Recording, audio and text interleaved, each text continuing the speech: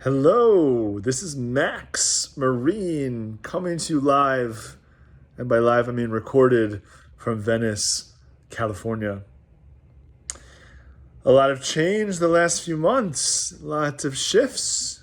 My co founders and partners going separate ways. Yes, we're still friends, but I've chosen to take a more solitary path at the moment in serving this incredible community we call the Grateful Giraffes. Now, what are we doing here? Why did we come to be? What is our purpose? What is our why? I know you're all waiting with bated breath. And for me, it really started with the story of gratitude.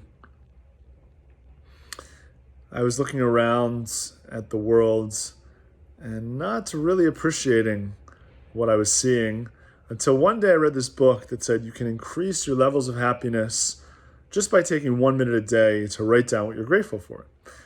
So I did that, and it started to reframe my reality and rewire my brain and allow me to recognize and appreciate some of the blessings in life that I had taken for granted.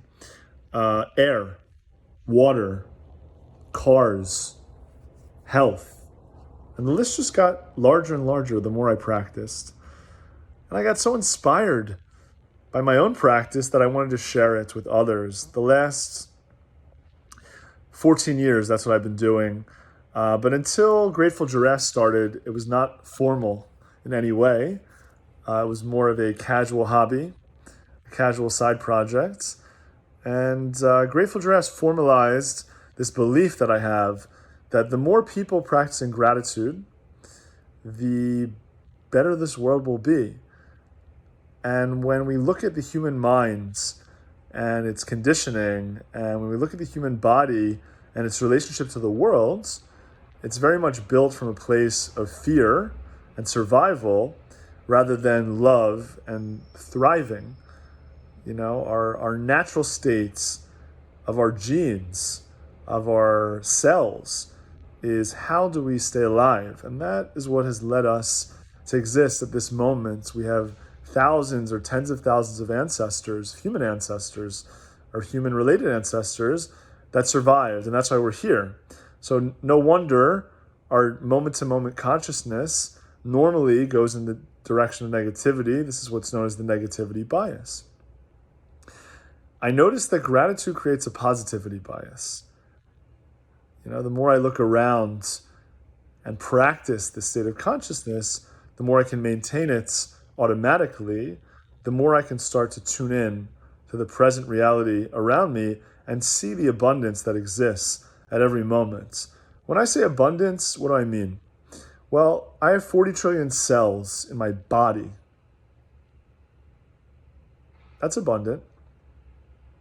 When I look at the planets, there's 20 septillion grains of sand. 7.5 septillion, according to our latest estimates. That's just on planet Earth. In the universe, there are 20 septillion planets. That's a lot. Anyway, I think at all levels of scale, there's abundance. It's just about how do you recognize and appreciate it. Why do we not recognize and appreciate air?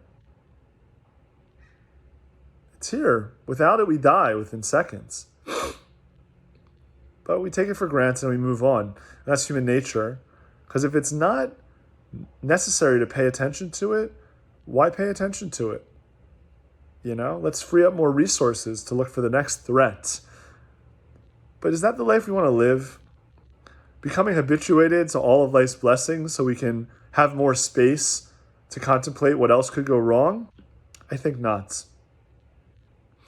So this is the premise of the Grateful Giraffe, of this new symbol and character and beacon and icon. It's to tell this story to humanity through an animal that everyone likes. When you see the giraffe, I want you to think about what you're grateful for. I want you to think about why you're grateful for it. That's what this character represents to humanity. A nice nudge, a gentle reminder to be more present and more aware of the blessings, the countless blessings that are around you. Did you wake up in a bed today? Did you have sheets?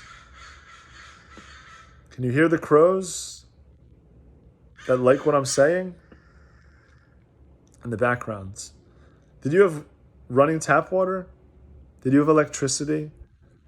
Did you have something to eat? Did you have the opportunity to flush the toilets?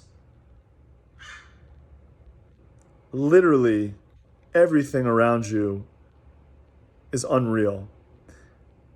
And if you think about our ancestors and their struggles, and now our modern conveniences, a lot of our struggles are just a lack of gratitude.